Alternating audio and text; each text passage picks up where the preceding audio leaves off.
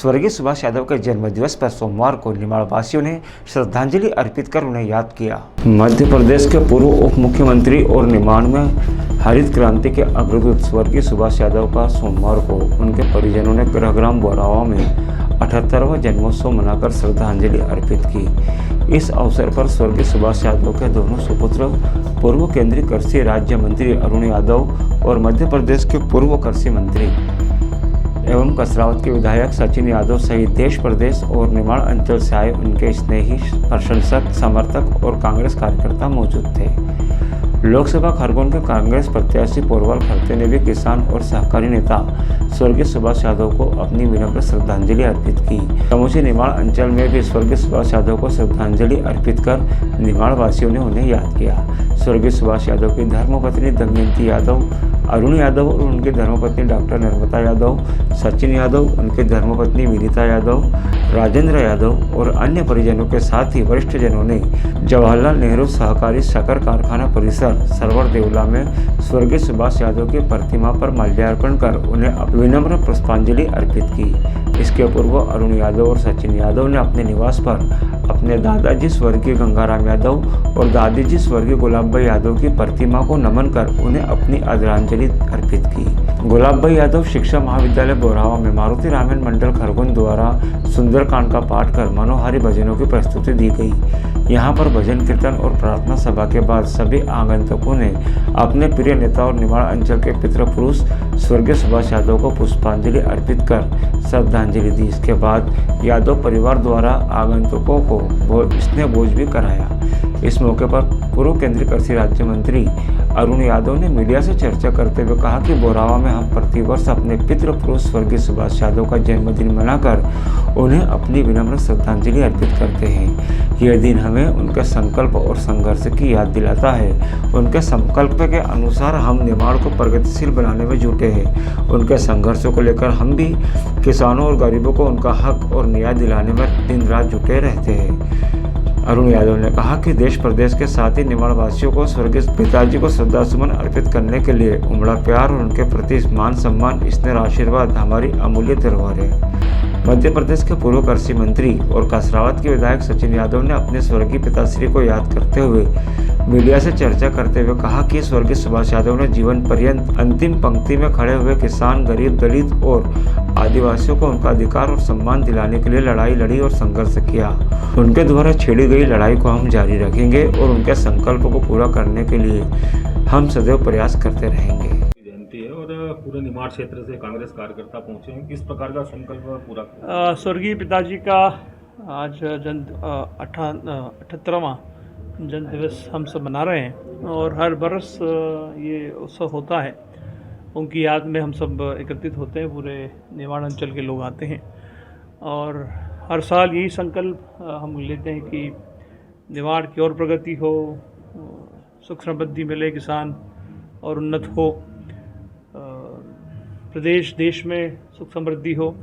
यही ईश्वर से हर साल हम लोग कामना करते हैं और ये निरंतर जो संघर्ष इस क्षेत्र के लिए उन्होंने किया था और आज माँ नर्मदा की असीम कृपा पूरे ज़िले पर हुई है, चारों ज़िलों पर, और हरित क्रांति का जो सपना हमने देखा था वो सने सने पूर्ण होता जा रहा है। और आज जब गांव में जाते हैं तो मन प्रफुल्लित होता है जिस तरह से गांव का विकास हो रहा है और शिक्षा क्षेत्र में हमारे बच्चे आगे बढ़ रहे हैं। निमाड़ के विदेशों में आज हमने कुछ दिन पहले डाटा निकलाया था 1200-1500 बच्चे जो हमारी शिक्षण संस्थाओं से पढ़कर आगे बढ़े वो विदेशों में काम करते हैं।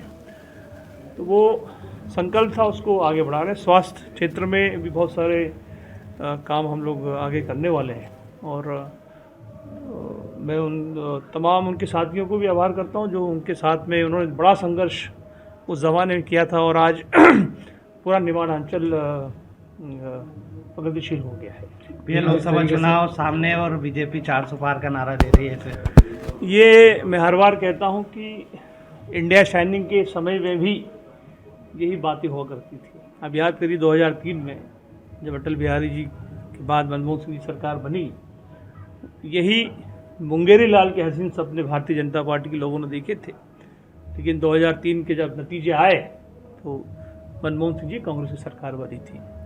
उसी प्रकार 2024 के लोकसभा चुनाव में मुझे पूर्ण विश्वास है कि मध्य प्रदेश के सहित पूरे देश भर में बदलाव की बयार तो नज़र नहीं आ रही है। और जिस तरह से एक हिटलरशाही देश में चल पड़ी है, जिस तरह से लोकतंत्र की हत्या बार बार करने का प्रयास किया, प्रजातंत्र को नष्ट करने का प्रयास किया जा रहा है, तो जनता ये समझ रही है। और मुझे पूर्ण विश्वास है मध्य प्रदेश सहित देश में अब हमारा जो गठबंधन है इंडिया का, उनकी सरकार अब बनाएगी। भैया कई कांग्रेसी बीजेपी में जा रहे हैं, उसको लेकर क्या कहेंगे? देखिए, ये तो बेहतर उन्हीं लोगों से पूछा जाए जो गए हैं।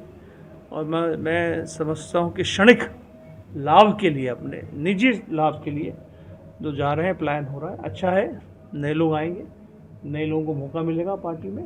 और मैं समझता हूँ कि कांग्रेस एक समंदर है, देश की सबसे पुरानी पार्टी है, सबसे बड़ा इतिहास विश्व में किसी पार्टी का है तो कांग्रेस का है।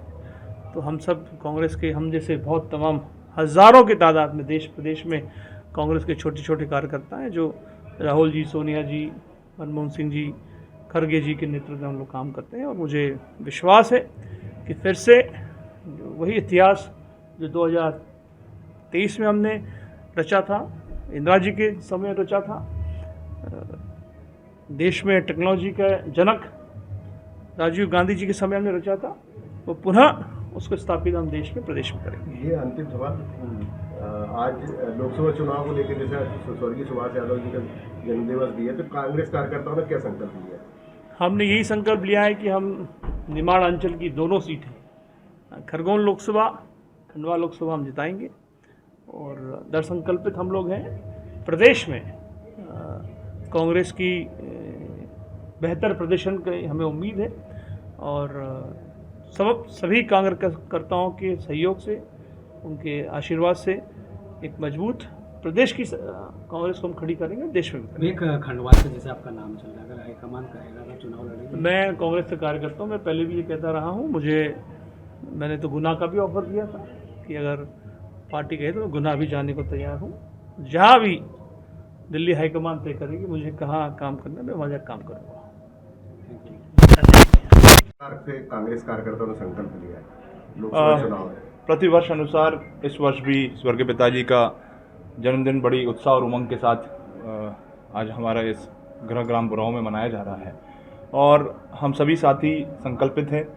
उन्होंने जो सपना देखा था, उस सपने को पूरा करने के लिए हम सब प्रयासरत हैं। और हमारी लगातार ये कोशिश है, प्रयास है कि जो लड़ाई उन्होंने किसानों के लिए छेड़ी थी, जो लड़ाई उनने दलितों के लिए, पिछड़ा वर्ग के लिए, हमारे आदिवासी साथियों के लिए, जिस लड़ाई को जो उन्होंने छेड़ा था, उनको उनके अधिकार देने के लिए जो उनका जो राजनीतिक जीवन रहा है, उस राजनीतिक जीवन में सदैव उनका यह प्रयास रहा है कि जो अंतिम पंक्ति में खड़े हुए व्यक्ति हैं उनको उनका अधिकार मिले, उनको सम्मान मिले, उनको आगे बढ़ने का मौका मिले।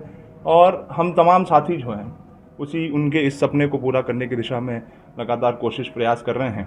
आदरणीय राहुल गांधी जी ने भी अभी जो बात रखी है, जहाँ पर जातिगत जनगणना की जो बात कही है, जहाँ पर जिसका जितनी जनसंख्या है उसको उतना अधिकार मिले, ऐसे प्रयास हैं। और उनके इसी का जो संकल्प था, उस संकल्प को आगे बढ़ाने का काम हम ये लोकसभा चुनाव में कांग्रेस के कई नेता और कार्यकर्ता जो बीजेपी में जा रहे हैं, ऐसे में कितनी चुनौतियां देख रही हैं सामने? देखिए, मैं इसको चुनौती के रूप में नहीं मानता हूँ। ये लोगों के अपने अपने विचार हैं। और जहाँ तक कांग्रेस पार्टी का सवाल है, कांग्रेस पार्टी एक पार्टी नहीं है, एक विचारधारा है। और लगातार अगर कोई लोग छोड़ के जा रहे हैं तो निश्चित रूप से जो वहाँ पे जो जगह रिक्त होगी, उस रिक्त जगह को पूरा करने के लिए जो हमारी नौजवान पीढ़ी है, इस नौजवान पीढ़ी जो है आगे आएगी और उस नेतृत्व को, उस खाली जगह को पूरा करने का, भरने का। लोकसभा चुनाव को लेकर क्या प्रदेश की स्थिति रहेगी? आप पूर्व कृषि मंत्री भी रहे हैं, 29 सीटों में क्या स्थिति दिख रही है? देखिए, निश्चित रूप से हम सभी साथी उत्साहित हैं और पूरे जोश खरोश के साथ, पूरी ताकत के साथ हम इस लोकसभा के समर में उतरेंगे। और जो हमारे देश की जो 80% आबादी है, जो हमारे देश की जो अर्थव्यवस्था है, जो कृषि आधारित है, उन किसानों के जो मुद्दे हैं, जिनको लगातार इस भारतीय जनता पार्टी की 10 साल की सरकार में जिनको नज़रअंदाज किया जा रहा है, उन विषयों को लेकर के हम जाएंगे। हमारी सरकार ने आदरणीय राहुल गांधी जी के नेतृत्व में, आदरणीय हमारे अध्यक्ष खड़गे जी के नेतृत्व में, आदरणीय सोनिया जी के नेतृत्व में हमने हमारा जो वचन पत्र हमने तैयार किया है, जहां पर किसानों को न्यूनतम समर्थन मूल्य देने की बात हम लोग सरकार बनने के बाद स्वामीनाथन कमेटी के अनुसार देने का काम करेंगे। एक आयोग बनाया जाएगा जहां पर हमारे किसान साथियों की जो कर्ज माफ़ी है, जो या कर्ज की से संबंधित जो समस्याएं होती हैं, उन समस्याओं का निराकरण किया जाएगा। एक तरफ सरकार में बैठे लोगों ने लगभग 16 लाख करोड़ रुपए से अधिक का बड़े बड़े उद्योगपतियों, धरना सेठों के कर्ज माफ़ करने का काम किया, लेकिन जब किसान की बात आती है तो ये हमेशा कदम पीछे हटाने का काम करते हैं। ये कितनी सीटें आएगी प्रदेश में? हमारा पूरा प्रयास है कि अधिक से अधिक जो है सीटें कांग्रेस के पास। खंडवा लोकसभा जो है प्रत्याशी अभी घोषित नहीं हुआ, अरुण यादव जी का नाम भी प्रमुखता से लिया जा रहा है, तो क्या लगता है चुनाव लड़ेंगे अरुण यादव जी? देखिए, पार्टी का ये फैसला होता है, पार्टी हमारा जो हाईकमान है, हाईकमान जो भी तय करेगा उस निर्णय को हम सब लोग सर्वमान्य करेंगे। Bureau report Khargone.